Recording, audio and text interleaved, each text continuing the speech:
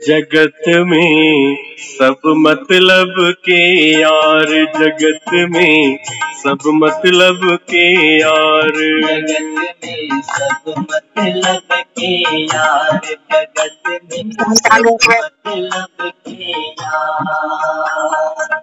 जिसके पास रहे धन दौलत, जिसके पास रहे धन दौलत, अरे उसके मित्र हजार, जगत में सब मतलब के यार, जगत में सब मतलब के यार, जगत में सब मतलब के यार, जगत में सब मतलब के यार।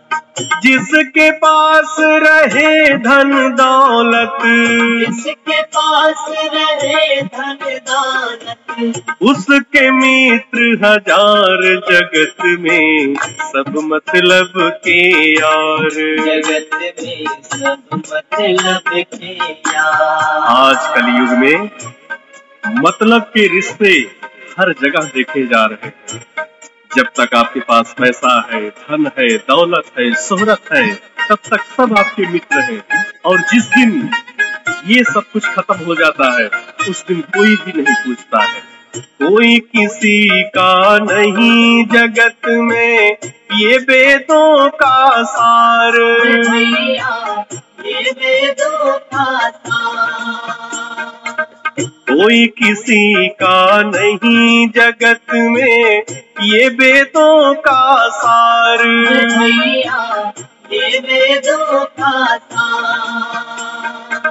अंत समय में साथ न देंगे, अंत समय में साथ न देंगे, अरे कोठी बंगला कार, जगत में सब मतलब के यार, जगत में सब मतलब के यार। जिसके पास रहे धन दौलत, जिसके पास रहे धन दौलत, अरे उसके मित्र हजार, जगत में सब मतलब के यार, जगत में सब मतलब के यार। ये जीवन सिर्फ 4 दिनों का है। भगवान की तरफ से ये हमें उधार रूप में मिला है, लेकिन इसमें हम कितने अत्याचार करते हैं, लूट पाट, चोरी, डकैती, सब कुछ करते हैं और बाद में बहुत पछताते हैं। 4 दिनों की खातिर हमको जीवन मिला उधार, भैया जीवन मिला उधार।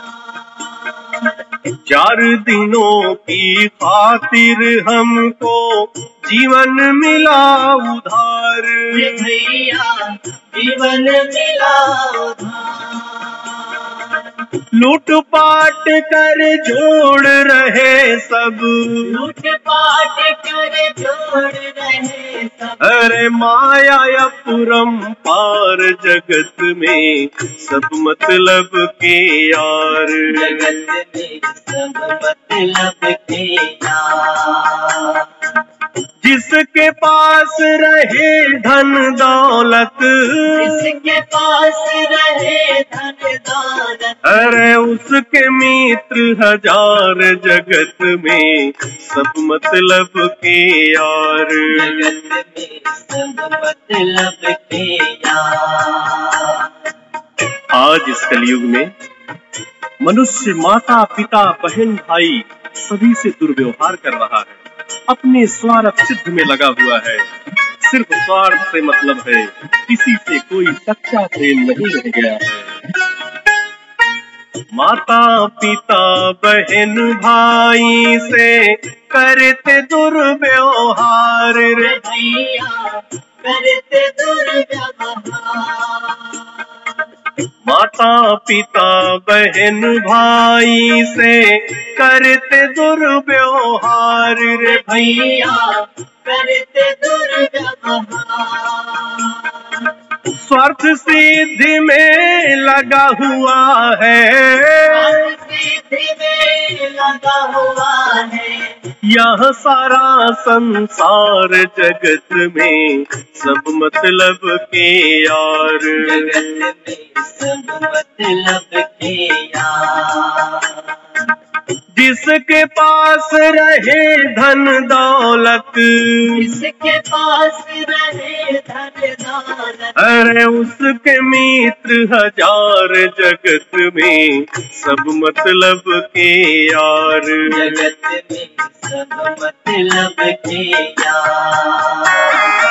मनुष्य को कभी भी पाप नहीं करना चाहिए, क्योंकि जो मनुष्य पाप करता है उसका कोई साझीदार नहीं होता है, उसका कोई साथ नहीं देता है।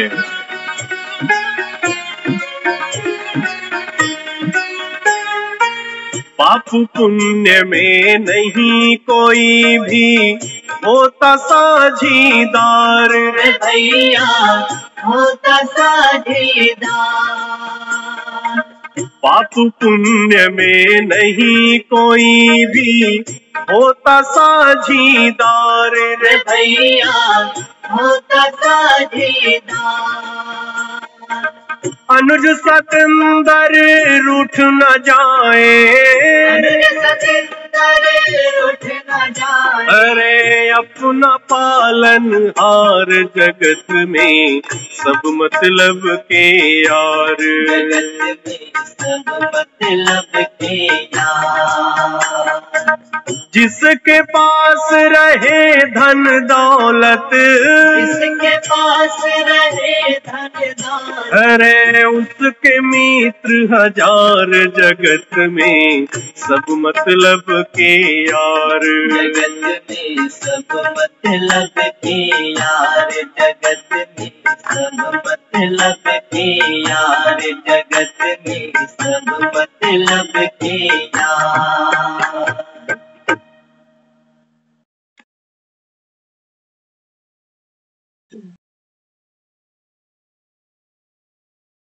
ओम शांति। ओम शांति। शांति दीदी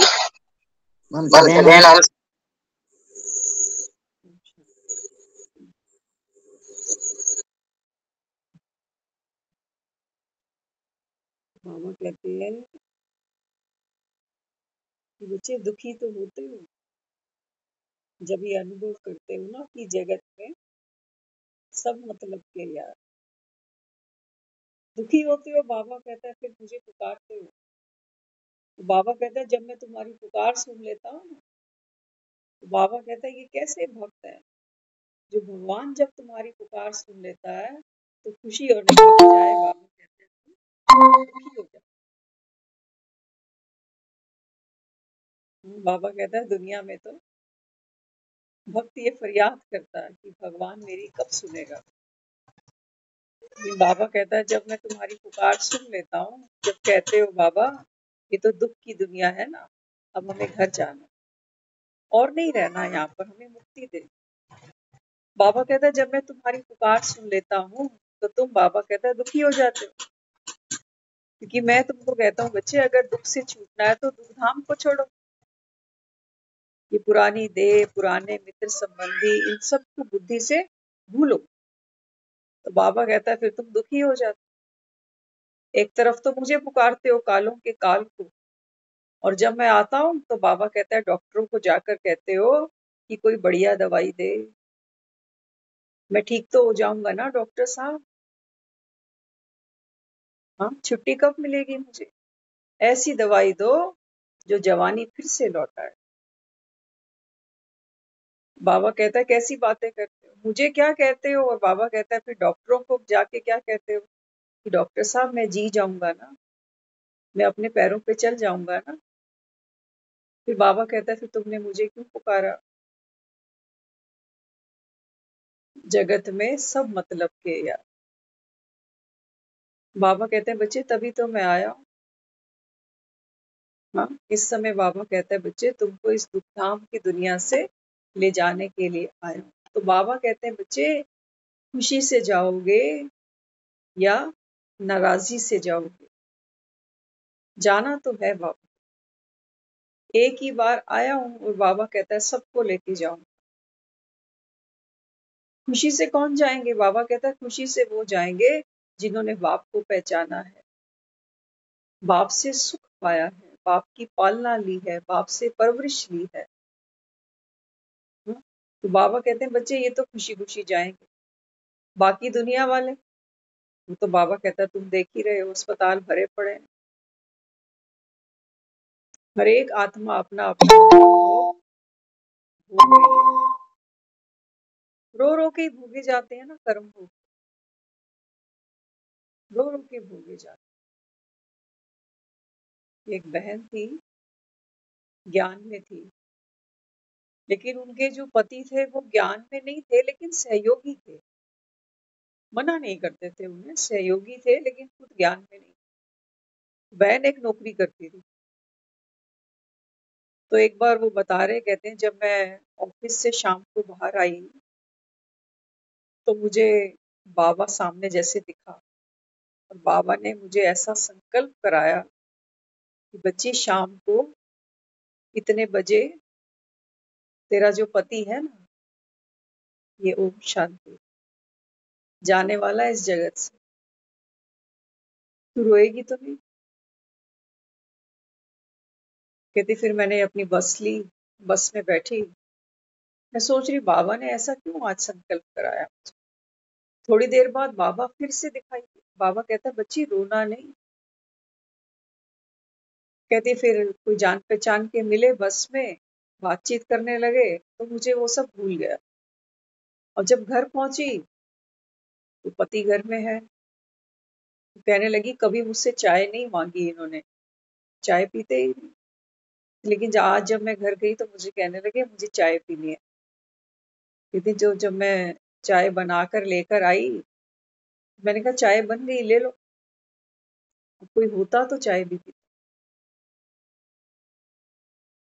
तो ये रोने लगी।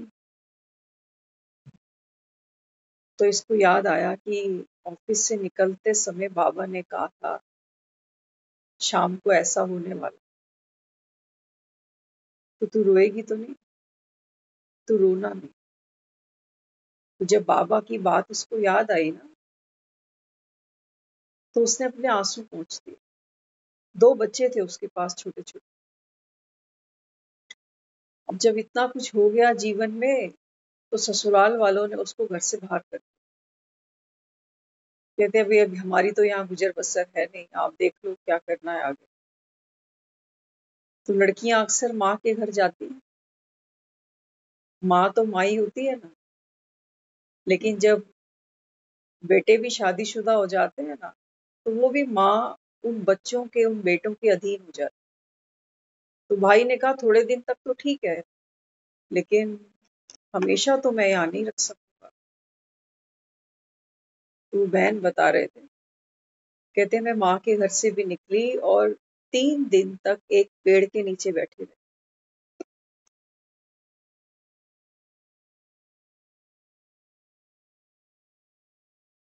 बाबा याद आता था। बाबा कहता था बच्चे मैं हूँ पतियों का पति, तेरा पति परमेश्वर, मैं बैठा हूँ।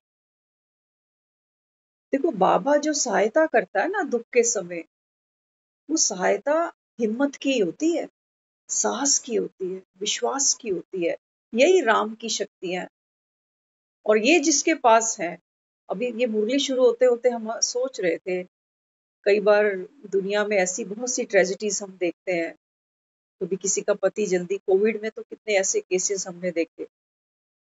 तो हम अक्सर एक चीज पूछते हैं कि कोई रेंटल इनकम है लड़की के पास में, तो चलो इसका जीवन तो निकल जाएगा।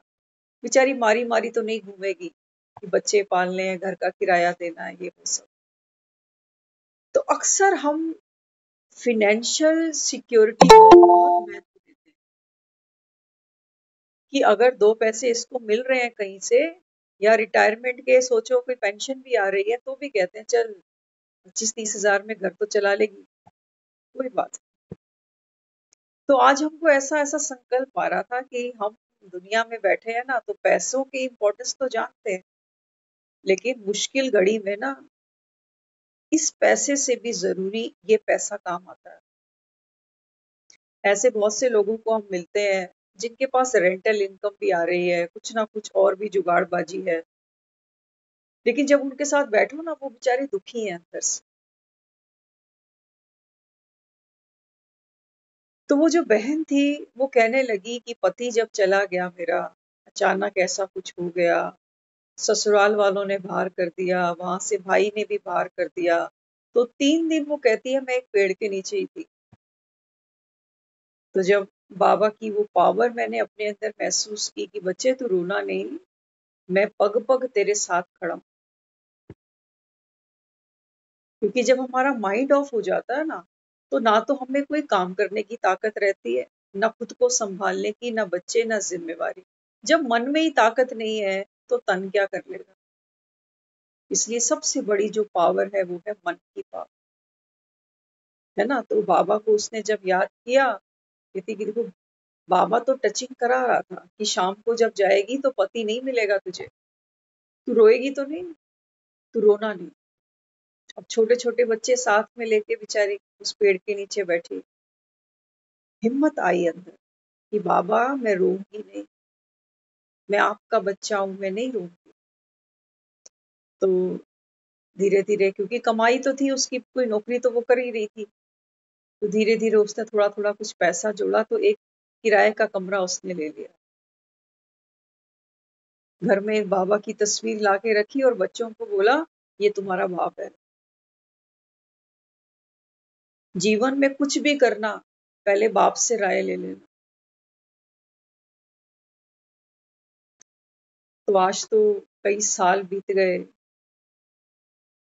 परिस्थितियां आती हैं, चैलेंज आते हैं, जो हिम्मत नहीं रखते वो तो डूब जाते हैं, लेकिन जो हिम्मत रखते हैं, बाबा कहते हैं बच्चे वो तर जाते हैं। और हिम्मत ही तो राम है, हिम्मत ही तो भगवान, और क्या। एक अच्छी बुद्धि, अच्छा डायरेक्शन, यही तो भगवान है। कहता नहीं कि मैं बुद्धिवानों की बुद्धि हूँ। दुख तो बाबा कहता आएंगे जीवन में, ना तो तुम कोई इकट्ठे आए हो ना इकट्ठे जाने वाले हो। इसलिए आज की मुरली में बाबा ने यही तो कहा, एक तरफ तो मुझे पुकारते हो कि आ हमें दुख की दुनिया से ले जा, दूसरी तरफ बाबा कहता है तुम डॉक्टरों के पीछे खड़े रहते हो कि डॉक्टर साहब ऐसी दवाई देना जो जल्दी तो मेरी बारी नहीं आए। जीना तो सब चाहते हैं, लेकिन बाबा कहते हैं बच्चे ये दुनिया तो पतित बन गई। तो बाबा कहता है मैं आ तो चुका हूँ, अब मुझे बताओ कि जब जाना होगा तो तुम्हें मित्र संबंधी तो याद नहीं आएंगे। कौन याद आएगा तुम्हें, सारा दिन किसके नाम की माला जपते हैं, किसके फोन का इंतजार करते हैं सारा दिन, बस अंत समय वही याद आएंगे। और ये सारे खुद ही दुखी राम है, सुखी है कौन इनमें से वो बता दे। नहीं तो ये राम को याद नहीं करते। हर कोई जिसे हम याद करते हैं अपना संबंधी मानते हैं, हम बाबा कहते हैं बच्चे ये तो सारे ही दुखी हैं, तन से भी दुखी है, मन से भी दुखी है, संबंधों से भी दुखी है। और तू बाबा कहता है इनमें मोह रखता है, जिनमें मोह होगा बाबा कहता है ये तुझे फंसा लेंगे। फिसलन होती है ना, आदमी फिसल जाता। तो फिसलन को हटाने के लिए हमको सफाई करनी चाहिए। बाबा पूछता है जब मैं आऊंगा लेने तो तुम चेक कर लो, ये मित्र संबंधी अगर तुम्हें याद आए, तो बाबा कहता है फिर पतितों को तो मैं नहीं ले जा सकता, पतितों को तो नहीं ले जा सकता। बाबा कहता है यही पुरुषार्थ मैं तुमसे करा रहा हूं, जो करेंगे बाबा कहता है वो जन्नत देखें। जन्नत दिखाता है ना बाबा, रोज मुरली में जन्नत भी दिखाता है हमें। कहता है वहां तुम्हारे दांत नहीं हिलेंगे,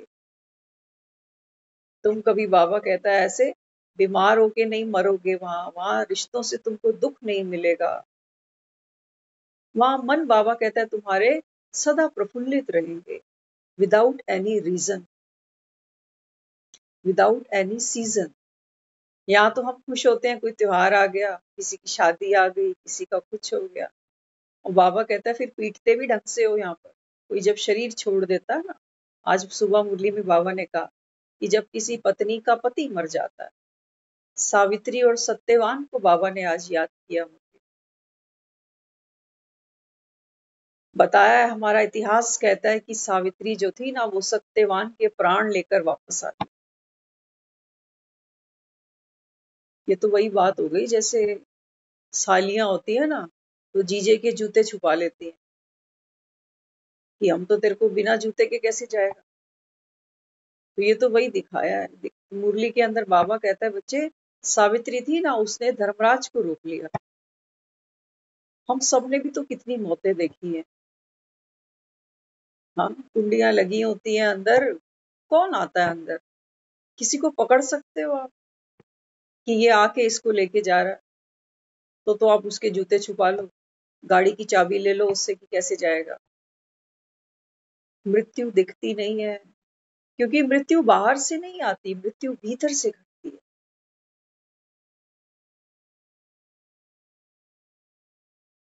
मृत्यु भीतर से घटती है। तो बाबा कहते हैं, बच्चे ऐसा तो हो नहीं सकता कि तुम किसी को जाने से रोक लो। हम तो बहुत पुराने ज्ञान में भी नहीं थे, तब तो हम इन स्टोरीज को सुनते थे, लेकिन हमारा मन कभी एग्री नहीं होता था इन बातों के लिए। हम कहते थे कि चलो एक बार बचा भी लिया, पंगा ले भी लिया धर्मराज से, भूख मर के तपस्या करके। लेकिन आज बैठा हुआ है क्या सत्यवान या सावित्री? जग का अटल नियम है, जाना है, मौत है, बहुत खूबसूरत चीज है, शुक्र है भगवान ने बना दी। जैसे कई लोगों के मुख से सुनते हैं ना, शुक्र है भगवान ने रात बना दी, नहीं तो आदमी तो ऐसे ही दौड़ता जाता दौड़ता जाता। कम से कम रात 4-6 घंटे सो तो जाता। शुक्र है भगवान ने मृत्यु बना दी, नहीं तो क्या करते। बाबा ने सुबह कहा ना, बीमारियां देखो आज की, कितनी बीमारियां हैं बाबा के। कहाँ तक बचोगे? किस किस को बचा लोगे? एक महिला थी, उसका पति गुजर गया। पति गुजर गया तो जैसे तैसे सब्र कर गई, पुरानी घटना है, सब्र कर गई क्योंकि एक बेटा था पास। तो जीने का एक बहाना। लेकिन होनी कुछ ऐसी घटी कि कुछ ही वर्षों में वो बेटा भी मर गया। अब उसकी लाश पड़ी है घर पे, सारा आसपास का मोहल्ला इकट्ठा हुआ पड़ा है और खूब रो रही है। आज हमने एक नई बात सुनी, हमें नहीं मालूम इसके बारे में, शायद आप में से किसी को पता हो। कलयुग में जब कोई शरीर छोड़ता है ना, तो ऐसी भी क्या कोई टोली आती है जो स्यापा करते हैं माना। जैसे आप सुनते हो ना, कई बार जब घर में बच्चा होता है, किसी की शादी होती है, तो किन्नर आते हैं घर में, सगन मांगते हैं, नाचते गाते हैं, वो तो सब जानते हैं। लेकिन क्या ऐसा भी पुराने समय में था कि कोई जब किसी के घर ऐसी दुर्घटना अनहोनी हो जाती थी ना, तो एक टोली और आती थी स्यापा पाने के लिए। वो रोते थे जोर जोर से और सबको रुलाते थे। ऐसा बना होगा क्योंकि कलयुग है ना, यहाँ तो रोना बड़ा जरूरी है। नहीं रोएंगे तो सामने वाला कहेगा इसको दुख ही नहीं हुआ, बताओ। हम्म? तो वो जो महिला थी, वो बच्चे के जब वहां डेड बॉडी पड़ी है उसको देख देख के रो रही है, और जब मोहल्ले वाले उसको उठाने लगते हैं दाह संस्कार के लिए, तो वो हाथ नहीं लगाने देती। कहती मैं इसको कुछ नहीं करने दूंगी, ये मेरा बेटा है, मेरा बेटा। तो जब मोहल्ले वालों ने उसकी ऐसी हालत देखी, तो उसको बोला, देख, जाने वाले को तो कोई वापस नहीं ला सकता, लेकिन फिर भी तू एक जतन करके देख ले, एक प्रयास करके देख ले। सुना है गांव के बाहर गौतम बुद्ध आया हुआ है, क्या पता वो कोई चमत्कार कर दे। तो उसकी आंखों में एक चमक जागी कि बच्चे का शरीर उठाकर भागी नगर के पास। गौतम बुद्ध बैठे हैं सामने, और सामने जाकर वो बच्चे का जो शरीर था वो रख दिया। वो रोते रोते कहने लगी कि ये मेरे जीवन का आखिरी सहारा, इसको उठा दो, इसको खड़ा कर। गौतम बुद्ध ने बोला, हो सकता है। तो उसको एक आशा बंधी कि हो सकता है, महात्मा कह रहे हैं कि हो सकता महात्मा ने बोला कि इसके लिए थोड़ा सा आपको एक पुरुषार्थ देता हूँ, वो करना पड़ेगा। उसने बोला हाँ मैं सब कुछ करूंगी, आप बताओ। उसने बोला गांव में जाओ, 4 लोग के घरों से ना थोड़ी थोड़ी गेहूं लेकर आना। तो भागने लगी। उसने बोला रुको पहले, पूरी बात सुनो। जिन 4 घरों से गेहूं लेकर आओगी, वो घर ऐसे होने चाहिए जहां कभी किसी की मृत्यु नहीं घटी हो। बोली ठीक है, हो जाएगा। मैं फटाफट जाती। अब गांव की तरफ दौड़ी जा रही है, एक एक के घर पे जाके दरवाजा बजाती है। एक मुट्ठी गेहूं दे दो। वो कहते हैं गेहूं क्या, मुट्ठी क्या, तो पूरा बोरा भर के ले जा। कहती, लेकिन बताओ पहले तुम्हारे घर में किसी की मृत्यु तो नहीं हुई? तो कहने लगे ये कैसे होगा, इतने तो यहाँ जी नहीं रहे जितने यहाँ से मर चुके हैं। मरों की संख्या भले ही ज्यादा है, लेकिन जो जिंदा है की कम। हमारी माँ मरी, माँ की माँ मरी, उसकी भी माँ मरी, फिर चाची मरी, फिर काकी मरी, फिर ये मरी। मरों की संख्या तो बहुत ज्यादा है, लेकिन जो जीवित बैठे हैं ये तो थोड़े से। तो बोली तुम्हारे घर का गेहूं तो मेरे कोई काम नहीं आएगा।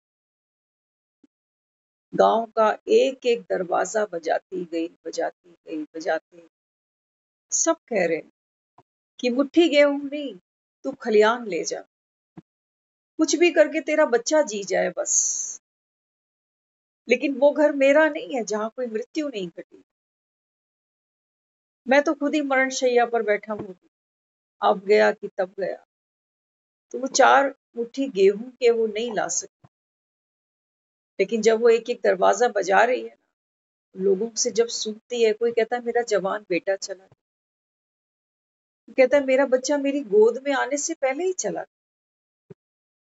तो सुनते सुनते सुनते सुनते लेने तो 4 मुट्ठी गेहूं गई थी, लेकिन ब्रह्म ज्ञान साथ लेकर आई। अब जब जा रही है गौतम बुद्ध के पास खाली हाथ, तो आंखों में आंसू नहीं है उसके। शांति से वहां जाकर बैठी, बच्चे की लोथ शरीर को भी नहीं देखा, और जाकर नमस्कार किया कि मुझे दीक्षा दे दो,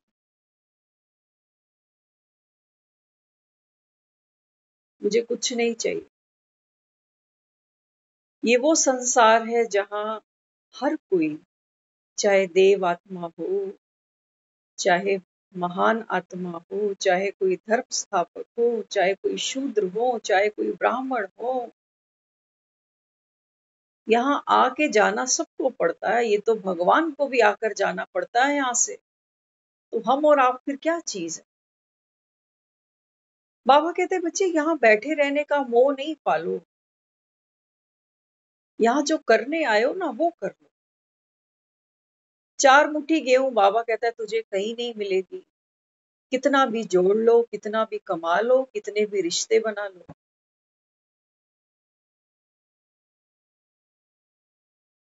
कुछ भी कर लो, बाबा कहता है किसी भी घर से तुमको 4 मुट्ठी गेहूं नहीं मिलने वाले। हर कोई कहेगा हमारे घर से भी फलाना खाली चला गया, इतनी बड़ी कोठी छोड़ गया, इतनी बड़ी गाड़ियां छोड़ गया, परिवार छोड़ गया, बच्चे नाती पोते छोड़ गया। ये 4 मुट्ठी गेहूं तो किसी को भी नसीब नहीं होने वाले। किसको जिला लोगे और किसको बचा लोगे? इसलिए जो चला गया ना, उसका अफसोस। बाबा कहता है सब ड्रामा में नूत है, तू सोच सोच के, बाबा कहता है अपना चित्त भारी मत कर। अगर मन भारी किया तो बाबा कहता है फिर भारी मन में मैं कैसे बैठूंगा? भारी मन होगा, बाबा कहता है बच्चे मेरी श्रीमत तेरे कानों से टकरा के वापस चली जाएगी, तू सुन ही नहीं पाएगा कि भगवान मुझे क्या कह रहा है। देखो एक बहुत प्यारी चीज है जो बाबा कहता है ना संगम पर, आज की मुरली में भी आया। बाबा कहते हैं बच्चे दुनिया मुझे क्या कहती है, कोई प्रभु कहता है, कोई ईश्वर कहता है, कोई अल्लाह कहता है। बाबा कहते हैं जब मुझे प्रभु ईश्वर अल्लाह पुकारते हो ना, तो बाबा कहता है फिर मैं सर्वव्यापी हो जाता हूँ जैसे। लेकिन बाबा कहता है पिता अक्षर कितना प्यारा है। पिता में क्या है, एक संबंध है। बाकी बाबा कहता है आपने भक्ति की, कोई संबंध नहीं था तेरा मेरा। एक चीज हमेशा याद रखना, संबंधी तो हमारे बहुत, सिर्फ रिश्ते होने से संबंध नहीं होते, है ना। कई रिश्तेदार होते हैं, कहते हैं वो मेरा फलाना वो लगता है। संबंध माना संबंध में स्नेह हो और साथ में संपर्क भी हो। सालों साल रिश्तेदारियां, आजकल कोई देखता सुनता ही नहीं किसी को, कौन मरा कौन जिया है आजकल, कुछ भी नहीं। सगे रिश्ते पड़े हुए हैं, फोन आजकल फ्री हो गए, वीडियो कॉल आ गई, सब कुछ हो गया, लेकिन घर के 20-25 लोगों को छोड़कर हम फेसबुक पे टाइम स्पेंड कर रहे हैं। संबंध सिर्फ ये नहीं कि रिश्ते में ये मेरे क्या लगते हैं, इसको संबंध नहीं कहते। इनमें तो कोई, बाबा कहता है ये तो जड़ है, जैसे कोई फीलिंग ही नहीं है, कोई फीलिंग नहीं है, सब खत्म हुआ पड़ा जैसे। संबंध माना, पहली बाबा कहता है इसकी फाउंडेशन स्नेह, अनकंडीशनल। और दूसरा बाबा कहता है संपर्क। आपस में बाबा कहता है कोई मिले ही नहीं, बातचीत ही नहीं करे, बाबा कहता है फिर कैसा संबंध, है ना। भगवान के मंदिर में तो भक्त रोज जाते हैं। स्नेह है या संपर्क है, इसको क्या बोलेंगे। हाँ, बाबा कहते हैं बच्चे सबसे पहली बात तो ये मुझे भगवान कहते हैं। ये मंदिर इन्होंने बनाए, ये मूर्तियां भी इन्होंने बनाई, ये सब विधि विधान इन्होंने बनाए, ये व्रत, ये नियम, ये दान पुण्य, ये तीर्थ, बाबा कहता है ये सब तुमने बनाया। मुझे बाबा कहता है कोई जानता नहीं, कौन हूं, कैसा हूं, कहाँ रहता हूं, कब आता हूं, क्या करता हूं। जब किसी को जानते ही नहीं तो उससे स्नेह कैसे करें, और जब किसी के साथ स्नेह ही नहीं है तो बार बार फिर उसकी याद कैसे आए। संपर्क माना याद आना। पुराने समय में फोन नहीं होते थे, चिट्ठियां चलती थी, और हर हफ्ते तकरीबन चिट्ठियां आती जाती थी रिश्तेदारी में, इधर उधर। एक इंतजार होता था कि चिट्ठी आनी है घर से। आज आज क्या हो गया, यही हो गया ना जो बाबा कह रहा है बच्चे, ये दुनिया क्या बन गई अभी, दुखधाम बन गई। हर कोई क्या कर रहा है, अपने स्वार्थ के लिए जी रहा है। हर संबंध, बाबा कहता है आज तुम्हारा स्वार्थ का बन गया। इसलिए बाबा कहता है बच्चे आपने भक्ति शुरू करी, मुझे ढूंढा और भगवान को कहा कि तेरी एक बूंद के प्यासे हम। बाबा कहता है वो बूंद कौन सी थी, वो बूंद थी आत्मा। आप, बाबा कहता है आत्मा हो, ये बूंद थी वो। और दूसरी बूंद क्या थी, बाबा कहता है दूसरी बूंद ये है कि तू मेरा बच्चा है। बाबा कहता है जैसे जैसे आप इस ज्ञान को सुनते हो, समझते हो, अंडरस्टैंड करते हो, धारणा करते हो, बाबा कहता है मेरा प्यार तुझे मिलता है। बिना ज्ञान के, बिना भगवान को पहचाने, बिना उसे अपना पिता बनाए, बिना संबंध जोड़े, बाबा कहता है कुछ मिलेगा नहीं तुमको। यही फर्क है भक्ति में और ज्ञान में, बाबा कहता है। यहाँ तो बाबा कहता है तुम पिता बोलते हो तो फिर अथॉरिटी आ जाती है तुमको कि भगवान हमारा साथी है, मैं कर्म योगी हूँ, वो कर्म करावनहार है। हाँ, तो बाबा यहाँ समझाता, बाबा कहते हैं बच्चे ये जो जीवन है ना, ये जीवन, बाबा कहता है बस अब थोड़ा सा रह गया। समय को पहचान लो, बाबा कहते हैं अभी गफलत नहीं करना, क्योंकि समय का चक्र, बाबा कहता है फिरता जा रहा है। कलयुग के बाद संगम लगा है, ये दुनिया नहीं जानती। संगम भी जा रहा है, सतयुग आ रहा है, ये दुनिया नहीं जानती। ये केवल कौन जानते हैं, भगवान के बच्चे। उनमें भी बाबा कहता है तुम नंबरवार हो, सारे एक जैसे नहीं हो। कहता है बाबा सारे एक जैसे नहीं है, सर्विसेबल एक जैसे नहीं है, धारणा मूर्त एक जैसे नहीं है। तो बाबा कहता है बच्चे बाप से लिया, किसी को दिया, दिया किसी को। बाबा कहता है बस तुम्हारी एक ही मेहनत है, कौन सी, हाँ, बाबा ने आज कहा ना बुद्धि के बारे में, बुद्धि कैसी चाहिए मुझे, जिन के माफिक। बाबा कहता है मुझे बुद्धि तुम्हारी कैसे चाहिए, जिन की तरह। जिन क्या करता, जिनको काम दिया ना कि तू सीढ़ी चढ़ और सीढ़ी उतर, नहीं तो बाबा कहता है माया अजगर खा जाएगी तुझको। ऐसे ही बाबा कहता है बच्चे बुद्धि से क्या करो, इस दुनिया को बाबा कहता है देखते भी नहीं देखो, दुख पाओगे। सच कह रहे हैं, आपको अपने जीवन से ही अनुभव लेकर कह रहे हैं कि धीरे धीरे धीरे धीरे छोड़ दिया दुनिया को देखना, दुनिया की सुनना। आज माइंड सेट है, शांत है, सुकून में है। यही तो राम की शक्ति है। यही तो ढूंढते थे, कभी किसी रिश्तेदार के पास, कभी किसी फ्रेंड के पास, कभी किसी किताब में, कभी किसी मंदिर में, कभी किसी गुरुद्वारे में, कभी किसी को फ्रेंड बनाकर। बाबा कहते हैं बच्चे यहाँ तो सारे ही दुखी हो, इसलिए भगवान को सच्चा दोस्त बनाओ। हाँ, बाबा कहता है सिर्फ एक मैं ही हूँ जो सुदामाओं को गले लगाता हूँ। बाकी तो दुनिया में बाबा कहता है जिनके पास पैसा है बस उन्हीं के मित्र यार होते हैं। बस गरीब को कौन पूछ रहा। बाबा कहता है मैं गरीब निवास बनकर आया हूँ। तो इस समय बाबा कहता है बच्चे क्या करना पड़ेगा। बाबा कहता है अपनी बुद्धि को स्वच्छ बनाओ। स्वच्छ कैसे बनेगी। बाबा कहता है बच्चे मुरली, मुरली बाबा कहता है आपके जीवन का श्रृंगार बन जाए। और तो बाबा कहता है मेरे पास कोई युक्ति नहीं है। मेहनत बाबा कहता है तुम्हारी है। पढ़ाने वाला पढ़ा रहा है, फ्री स्कूल खोलकर बैठा हुआ है। बाबा कहता है तुमको रोज आना पड़ेगा स्कूल में। जब तक हो बाबा कहता है बच्चे तब तक पढ़ना है तुमको, क्योंकि माया बाबा कहता है रुस्तम से रुस्तम होके लड़ती है। बड़े बड़े बाबा कहता है जो महारथी थे, बाबा कहता है आज वो यज्ञ में है नहीं, क्योंकि अपने मुंह मियाँ मिट्ठू बनते हैं कि हमने तो भगवान को पा लिया ना। बाबा कहते हैं बच्चे अमृत वेला उठकर, बाबा कहता है बच्चे उस समय एक बाप को याद करो। मित्र संबंधियों के साथ बाबा कहता है बुद्धि का योग धीरे धीरे तोड़ो।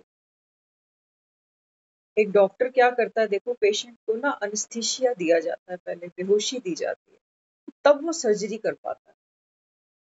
सुबह सुबह का वो समय है जब हमें खुद को अनस्थीसिया देना है, ताकि भगवान जो सर्जरी से कचरा कूड़ा बाहर निकालने आया है वो निकल जाए। अनस्थीसिया क्या देना है अपने आप को। हाँ, मैं आत्मा परमपिता परमात्मा का बच्चा, 84 जन्म, अब ये अंतिम जन्म हिसाब किताब चुकतू करना है। किसी के साथ बुद्धि नहीं फंसानी मुझे, चाहे यहाँ कोई मेरा कितना लगा सगा हो, चाहे कितनी भी बड़ी मेरे उसके साथ में कोई ऑपोजिशन हो, अनबन हो, मुझे किसी के साथ अटकना नहीं है। सबका हिसाब किताब आज कहा ना बाबा ने, बाप से राय लो। बाबा कहते हैं गृहस्थी वाले हो ना, तो बाबा कहता है राय लो, पूछते हो बच्चों की शादी करें कि नहीं करें। बाबा कहता है अगर बच्चे मानते हैं कि शादी करनी है तो बाबा कहता है करा के छुट्टी करो। बाबा कहता है फंसो नहीं, फंसना नहीं, बस बाबा कहता है तेरी रचना है ना, तो जो तेरी जिम्मेवारी बनती है बाबा कहता है कर करा के उनको भी फ्री कर, तू भी फ्री हो जा, अटको नहीं बार बार। हाँ, तो बाबा कहते हैं बच्चे क्या करना पड़ेगा, राय देता है बाबा। बाबा कहता है मकान बनाना है तो मकान बनाओ, लेकिन किनारे हो जाओ। 8 घंटा बाबा कहता है बच्चे शरीर के लिए कमाओ। हम कितने घंटे कमाने जाते हैं, ओवर टाइम भी लगाते हैं। हाँ, जब तक सामने वाली दुकानें बंद नहीं होती हम भी डीट बन के बैठे रहते हैं। ये तो शुक्र है सरकार ने एक टाइम निश्चित कर दिया कि 9 बजे दुकानें बंद करो, नहीं तो ये 1 बजे यही खाना खाते रात को। ये पता नहीं कि वो भूला भटका 12 बजे ही आ जाए सौदा लेने के लिए, है कि नहीं। हम मिलते हैं कई बारी जो ये ग्रोसरी आइटम वगैरह करते हैं ना, दूध ब्रेड वगैरह सुबह सुबह, इनकी लाइफ हम देखते हैं। ये रात को लेट नाइट तक बैठते हैं दुकानों पर, बच्चों से भी इनकी अनबन हो जाती है, बच्चों को जीने नहीं देते ये लोग। बीच में दुकान कभी ये शटल डाउन नहीं करते कि चलो 2-4 घंटे का रेस्ट कर लें, मतलब ही नहीं। एम्प्लॉयज भी ज्यादा रखते नहीं कि इनको सैलरी कौन देगा, तो घर में सबकी ड्यूटियां बांधते रहते हैं, 2 घंटे तू, 3 घंटे तू, फिर तू घर जाके काम करना, 1 घंटा तू सो जाना, 1 घंटा मैं सो जाना। बाबा कहते हैं ये किसके लिए बटोर रहे हो, किसके लिए? बीमारियों के लिए इकट्ठा कर रहे हो, दहेज के लिए इकट्ठा कर रहे हो, बच्चों को दहेज देने, किसके लिए? बाबा कहते हैं बच्चों को दहेज देना है तो क्या दो, रिश्तों को कैसे संजोया जाए, कैसे एडजस्ट किया जाए, वो तो नहीं है। हाँ, नोट भर के दे देंगे इन्हें ताकि ये कहें कि हाँ पैसे वाली पार्टी थी, शादी अच्छी करी, लेन देन अच्छा किया, लिफाफे भारी भारी रखे। कौन पूछता है, कौन पूछता है? तो बाबा यहाँ क्या समझा? बाबा कहते हैं बच्चे आप प्रवृत्ति में बैठे हो ना, तो प्रवृत्ति में बैठ के भी बाबा कहता है आप क्या करो, बाबा कहता है ट्रस्टी बन जाओ, फंसो नहीं। बाबा कहता है दीन दुनिया में ज्यादा, जैसी फिरकी तुम घुमाना चाहते हो ना ऐसी घूमती थोड़ी है। तुम तो बहुत कुछ अपने लिए ही सोचते थे कि मेरी लाइफ ऐसी होनी चाहिए, घर ऐसा, पति ऐसा, बच्चे ऐसे, ऐसा कुछ मिला क्या हमें? कुछ भी वैसा नहीं मिला जैसा सोचा था। लेकिन मन ने राजी कर लिया खुद को, क्योंकि जहां हम बैठते हैं वहां हम रम जाते हैं धीरे धीरे। अब बाबा कहता है बच्चे यही सब आने वाली पीढ़ी के लिए दुखी होते हैं। तो बाबा कहता है फिर संगम पर भी आपने अगर वो शांति का अनुभव नहीं किया, तो बाबा कहता है फिर भगवान से, बाप से तुमने क्या लिया? बाबा कहता है आपने मंदिरों में गाया ना एक बूंद के प्यासे हैं, बाबा कहता है मैं सागर बन के बैठा हुआ हूं। बाबा कहता है फिर भी तू प्यासा है, तो इसमें मेरी क्या गलती है? सागर तो बह रहा है। बाबा कहता है बच्चे तू जतन तो कर। इसलिए वो कहता है बच्चे तुझे क्या करना पड़ेगा, थोड़ा सा बाबा कहता है जतन करो। पहले तो दुनिया की, पहले तो बाबा कहता है आप ये रियलाइज करो कि दुनिया ने आज तक जो हमको दिया, क्या इससे मेरी प्यास बुझी? ये शरीर है धीरे धीरे बीमारियों की गिरफ्त में आ रहा है, मन भरा इससे? नहीं भरा, ये भी शरीर फेल हो गया। अच्छा फिर संबंधों पे आ जाओ, कई संबंध बहुत अच्छे हैं हमारे, बाबा कहता है ये तुझे फंसाएंगे, ये ज्यादा चांसेस है, या तो ये खुद पहले जाएंगे या फिर हमें छोड़ के जाना पड़ेगा। अब बाबा कहता है बता, दर्द होगा ना तुझे? दोनों कंडीशन में बाबा कहता है तुझे रोना तो पड़ेगा। तो बताओ कौन हमें संतुष्ट कर पाया? कोई भी नहीं। बाबा कहता है इनके पीछे तुम धक्के खा रहे। ये तो बाबा कहता है खुद उनमें से हैं जो दुख धाम में बैठे हुए हैं, ये तुम्हें कहां से सुखी बना देंगे? इसलिए बाबा बच्चों को रोज कहता है बच्चे कैसी भी हलचल, कैसा भी पेपर जीवन में आ जाए, तो रोना नहीं, मैं बैठा हूं। लेकिन बैठा वो उनके लिए ही है जिनको निश्चय होगा बस। सबको थोड़ी पता चलता है कि भगवान बैठा है मेरे साथ। उनको तो दुनिया वाले नजर आते हैं कि मेरा पति बैठा है, मेरे बेटे बैठे हैं, मेरी बहुएं बैठी हैं। बाबा कहता है बच्चे सिक्के का दूसरा पहलू देखो, तुम किसी को सुख दे रहे हो तो दूसरा सोचेगा ये बैठे अभी। जब तुम बिस्तर पकड़ लेते हो ना, जब लैट्रिन बाथरूम तक किसी को उठानी पड़ जाती है, तो ये भी कहते हैं भगवान हम ले ले, हमसे नहीं हो रहा। अब बता बाबा,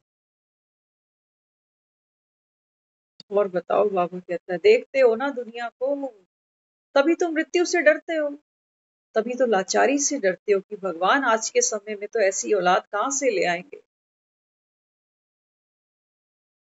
कहां से ले आएंगे?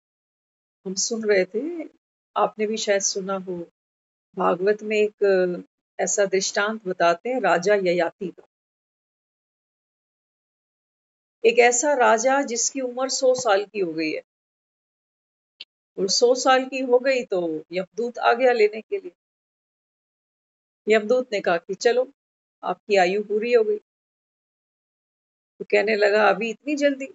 100 वर्ष बीत गए, मुझे तो पता भी नहीं चला। 100 बेटे हैं इसके पास। तो यमदूत कहने लगा, देखो समय तो हो गया पूरा, जाना तो आपको पड़ेगा। तो कहने लगा, कुछ हो नहीं सकता क्या? इतना बड़ा मैं राजा हूं, तो कुछ तो जतन करो। तो यमदूत कहने लगा, देखो खाली तो नहीं जाऊंगा, कोई तो लेके जाऊंगा। आप बोलो, अगर आप नहीं जाओगे तो आपकी जगह फिर किसको ले जाओ? तो कहता है, रुको, मेरे पास 100 बेटे हैं, 100 बेटों से बात करता हूँ। तो 99 बेटों ने तो मना कर दिया। वो कहते हैं, पिताजी, जब 100 साल में आपने ही जीवन में सुख नहीं भोगा अभी तक, तो हम तो कोई 40 का, कोई 50 का, कोई 55 का, कोई 60 का, कोई 70 का, हमारे तो फिर भी अभी 20-30 साल पड़े हुए हैं, तो हम कैसे चले जाए? सबसे छोटा जो बच्चा था ना उसका, उसने बोला, पिताजी बस इतनी सी बात है, मैं चला जाता हूँ आपके बदले। तो बोला, बेटा तू तो सबसे छोटा है उम्र, तूने अभी देखा क्या? कहता, मैं देख तो रहा हूँ। बोला, क्या देख रहा है तू? कहता, मैं ये देख रहा हूँ कि 100 साल की उम्र तुम्हारी हो गई, तुम कह रहे हो मैंने दुनिया में कुछ नहीं देखा, कोई सुख नहीं भोगा अभी तक, और ये मेरे बड़े भाई कोई 70 का, कोई 60 का, कोई 50 का, कोई 40 का, ये भी कह रहे हैं अभी तक हमने कुछ नहीं देखा। और वो सबसे छोटा था, उसकी उम्र बताते हैं 15-17 साल थी बस। वो कहता है, मैं तो हाथ जोड़ता हूँ अभी से, जब मैं 100 साल में भी नहीं देख पाऊंगा, 70 में भी नहीं देख पाऊंगा, तो मैं तो अभी जाने को तैयार।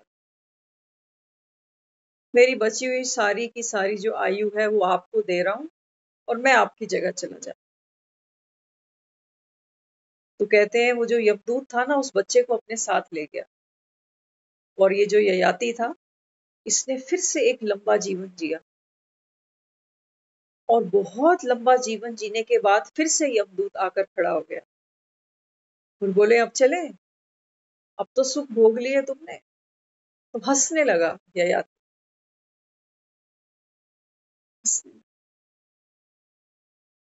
तो कहते, क्या हुआ? पिछली बार तो तू बड़ा दुखी हो रहा था, इस बार हंस रहा।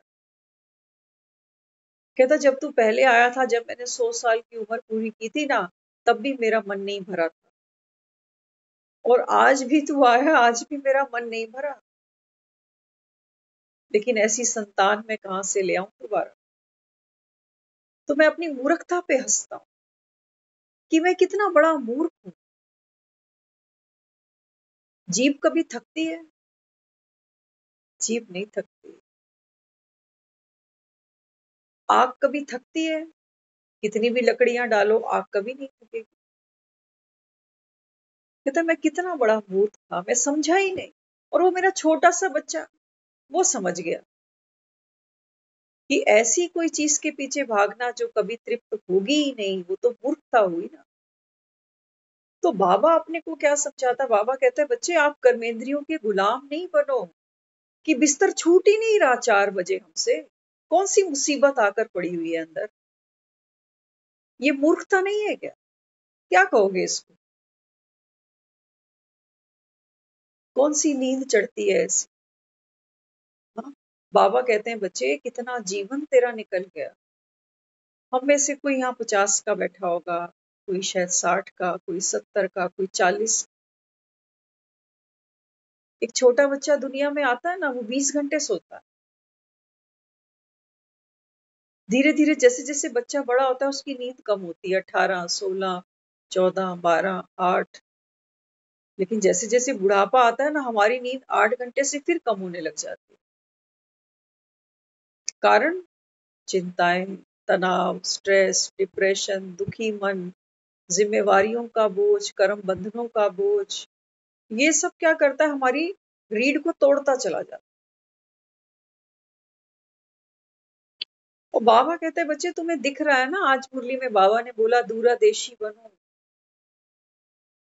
वो मत बनो जो दुनिया सोचती है कि खाओ पियो मौज करो। कल किसने देखा? इसको दूरादेशी नहीं कहते। बाबा कहता है बच्चे तुम आने वाले समय की तुमको मैंने पहचान दे दी है अभी, कि कहाँ बैठे हो और कौन सा समय अब आने वाला। तो तुम ये मत सोचो कि 4 बजे नहीं उठ रहे तो क्या फर्क पड़ने वाला। भगवान थोड़ी कहता। अरे भगवान अब आमने सामने आकर बैठा हुआ है, अब तो मान लो। अभी तक तो जो पढ़ा सुना वो शास्त्रों में किसी और ने लिखा, अब तो भगवान आवाज सुन रहे हैं डायरेक्ट। या अभी भी हमको कोई शंका है? अगर आज भी हम 4 बजे नहीं उठते, आज भी हम मुरली नहीं सुनते, तो बाबा कहते हैं बच्चे फिर तो तू टाइम क्यों खराब करता है? कम से कम सो फिर तो, विकारों की चादर तानो। बाबा कहते सो, आराम से सो, फिर दुखी मत हो ये सोच के कि भगोर को आग लग जाएगी। आज कहा ना मुरली में बाबा ने, होलिका तो जलेगी लेकिन धागा बच जाएगा। वो तो रोज चेता रहा है हमको कि बच्चे ये जितने भी तुमने शरीर पाल पोस के बड़े करे ना, इन्हीं की सेवाओं में लगे पड़े हो। बाबा कहते हैं बच्चे ये तो जाने वाले, होलिका तो जलेगी, भंगोर को आग लगेगी, अब देख लो करना क्या है, करना क्या। बाबा कहते हैं बैलेंस बनाकर युक्ति से चलो, समय पर सो जाओ। वो कह रहा है गृहस्थी वालों के लिए कि 8 घंटे की कमाई बहुत है तेरे लिए। ये जो तूने बच्चे पैदा करे हैं ये अपने लिए कमाएंगे खाएंगे, लेकिन हम तो ऐसा कमाते हैं ना कि पेट भी भरे और पेटियां भी भरे। हमारे अंदर परिवर्तन की कोई भी शुरुआत नहीं होती। एक की लालच देखकर दूसरा भी सोचता है कि नहीं तो भगवान मुरली सुनाए और हम 9 2 11 में लगे पड़े कि कैसे 1 2 का 4 बनाया जाए, कैसे पैसा बढ़ाएं, कैसे रिश्ते संभालें, कैसे हम इसी उड़ा भाग में लगे हुए सारा दिन। बाबा कहता है बच्चे कर्म जरूरी है करना, लेकिन बाबा कहता है ये कर्म तब बाबा कहता है तुम्हारा सफल हो जब करण करावन हार की याद साथ में हो। नहीं तो बाबा कहता है कर्म तो दुनिया कूट रही है, टूटी तो रही है। देख लो दुनिया को आज काम करते हो। आज की माँ खाना बनाती है ना बच्चों के लिए, शक्लें देखा करो माओ की, आज वो स्ट्रेंथ नहीं है। नहीं तो पुराने में तो लोग, माओ के पास 6 6 8 8 बच्चे होते थे, कोई मेड नहीं आती थी, ना वॉशिंग मशीनें होती थी, कुछ नहीं होता था उनके पास, कोई फैसिलिटी नहीं थी उनके पास, और उनके बच्चे देखो कैसे पल जाते थे। बच्चों के लिए चूल्हे पे रोटियां बनाती थी और कभी माथे पे शिकन नहीं आती थी। और आज आधा से ज्यादा काम मेड कर रही है, बटन दबाने से काम हो रहे हैं, लेकिन फिर भी आज हम बच्चों को मैगी ही देते हैं। बाबा कहते हैं बच्चे अगर योगी बनना है ना, तो बाबा कहता है अपने अन्न पर भी ध्यान देना पड़ेगा, जल पर भी ध्यान देना पड़ेगा, क्योंकि तन अगर बाबा कहता है आपका स्वस्थ होगा ना, तभी बाबा कहता है आप राजयोग की प्रैक्टिस कर पाओगे। तन ही अगर हमारा इम्बैलेंस है, कभी भी सो रहे हैं, कभी भी खा रहे हैं, कभी भी जग रहे हैं, हम मुरली का मिसयूज कर जाते। बाबा मुरली में कहता है बच्चे ये संगम हर वेले तेरा अमृत वेला है। तो हम 4 बजे तो नहीं उठते क्योंकि हम मजबूर है अपनी आदत से, तो हम क्या कहते हैं, भगवान ही तो कहता है ना सारा संगम ही अमृत वेला। तो हम तो चलो 8 बजे उठ के उसको याद कर लेंगे, भगवान ही तो कह रहा। देख लो कैसे टांग मरोड़ देते हैं हम उसकी श्रीमत की, मरोड़ते हैं नहीं मरोड़ते। इसलिए बाबा कहता है ये बच्चे सब नंबरवार, कहता क्या हूं और मतलब तुम क्या निकाल लेते। ऐसे ही बाबा कहता है तुम्हारे शास्त्र बने हुए। शास्त्रों में बाबा कहता है जो तुमने पढ़ा सुना, मैंने तो कुछ नहीं कहा, ना मैंने वहां अर्जुन को कुछ कहा तुम्हारे। बाबा कहता है मैं अब कह रहा हूं, अपने अर्जुनों को कह रहा हूं कि बच्चे ये जो रण है तुम्हारा, ये कुरुक्षेत्र तुम्हारी कर्म भूमि है। तुमको फूल बनना है, बाबा कहता है, कांटे नहीं बनना। हाँ, तो बाबा कहता है बच्चे कभी किसी को दुख नहीं दो। तो ये जो तुमको संगम का समय मिला ना, बाबा कहता है बच्चे पहले तो खुद सुख की मूरत बन। बाबा कहता है जब तक तुम पावन नहीं बनते तब तक मैं तुमको घर नहीं ले जा सकता। तो पावन बनने की कौन मेहनत करे? व्यर्थ से बुद्धि हटाने की तो हमारे अंदर ताकत ही नहीं। सारा दिन हम लगे रहते हैं लोगों के साथ में, इसकी सुन, उसको ये हुआ, उसको वो हुआ। हम तो ये सोचते हैं एक सच्चे योगी को ना फोन रखना ही नहीं चाहिए साथ, रखना ही नहीं चाहिए। 2-4 दिन ट्रेस करेंगे, इनको पता है इसने फोन उठाना तो है, छोड़ देंगे। सुनो, बाबा कहता है साधन है यूज करो, लेकिन बाबा कहता है तरक्की के लिए यूज करो इनको, गिरने के लिए यूज थोड़ी करना। किसी बच्चे को साइकिल पे बिठाओगे, स्कूटी पे बिठाओगे, कोई गाड़ी चलाना सीखेगा किस लिए? हाथ पैर तुड़वाने के लिए या राइडिंग का मजा लेने के लिए? बाबा कहते हैं बच्चे तू भी तो सहज योग सीख रहा है ना, अभ्यास कर रहा है। बाबा कहते हैं तुम सीट पे ही नहीं बैठते। 2 मिनट में कोई भी आता हमारी सीट से हिला देता। भगवान से हमारा निश्चय ऐसे हिलने लग जाता। किन की बातें सुनकर? बाबा कहते हैं जो खुद पत्थर बुद्धि बने हो। दुख कूटते कूटते बाबा कहता है आत्मा अभी अंधी हो गई, बहरी हो गई। अब इनको मुक्त करने आता हूं तो ये सुनती भी नहीं, और जो थोड़ा थोड़ा सुनता है उनको भी पीछे कर देती है कि तू रहने दे ना, टूटते हैं कर्म इकट्ठे बैठ के, मजा आएगा, गपशप करेंगे, इसकी करेंगे, उसकी करेंगे, समय बीत जाएगा। बाबा कहते हैं तुम यहाँ समय बिताने तो नहीं आए हो। ये काम, ये लक्षण तो बाबा कहता है कलयुग की आत्माओं का है, जो कहते हैं हम टाइम पास कर रहे हैं। कभी नहीं बोलना मुझसे कि हम टाइम पास कर रहे हैं, नहीं तो टाइम भी हमें ऐसे ही पास कर देगा कि जा निकल, अपने हिस्से की दाल रोटी तूने खा ली, अब जा यहां से। टाइम भी हमें ऐसे ही पास कर देगा। तो बाबा कहते हैं बच्चे ये जो समय मिला ना आपको, बाबा कहते हैं ये समय किस लिए था? भगवान के आज्ञाकारी बन जाते।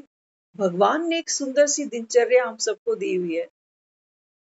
बाबा कहते हैं बच्चे उठो तो सही, संकल्प करके सो, बाबा को बोल कर सो। क्यों नहीं उठ पाओगे? उठोगे, बाबा कहता है। राम में क्या इतनी शक्ति भी नहीं है? हाँ, बाबा कहता है मैं सत्युग का सवेरा लाने वाला हूं, और अपने बच्चों को जगाने की ताकत क्या राम के पास नहीं? बाबा कहता है मेरे पास ताकत बहुत है, लेकिन तुम्हें बाबा कहता है माया ऐसे ऐसे सपने दिखाती है ना कि अब नींद तोड़ेंगे तो सपना टूटेगा। ये भी तो मुसीबत बन गई ना। एक सपने भी तो हमारे बीच में टूट जाते हैं तो अच्छा नहीं लगता। अभी घर बनाने हैं, अभी तो बहुत कुछ करना बाकी है। बाबा कह रहा है, श्रीमत दे रहा है बच्चे करो और छुट्टी ले लो। जो भी जिम्मेवारी है बाबा कहता है बच्चे निपटाओ, छुट्टी ले लो, बाप को याद करो। बाबा कहता है एक ही पुरुषार्थ करना है कि मैं देही हूं, मैं आत्मा हूं।